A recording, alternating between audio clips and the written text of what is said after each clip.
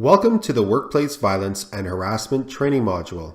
Training for workers regarding workplace violence and harassment is a legal requirement in Ontario.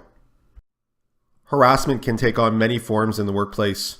There are obvious examples of unacceptable conduct.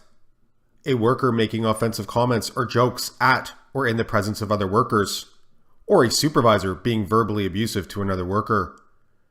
Less obvious examples of harassment may include regularly and purposely leaving unwanted trash on a coworker's desk, or alienating or not speaking to a coworker who you are tasked to work with.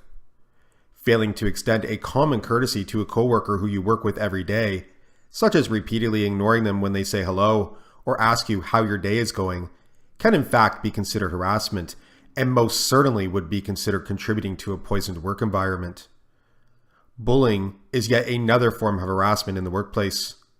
Using one's power, authority, or influence to intimidate another worker is simply no longer acceptable. It is not a reasonable expectation to be spoken down to, cursed, or yelled at when you go to work each day.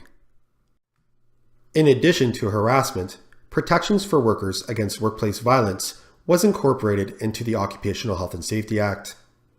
The definition of workplace violence is as follows: the exercise of physical force by a person against a worker in a workplace that causes or could cause physical injury to the worker.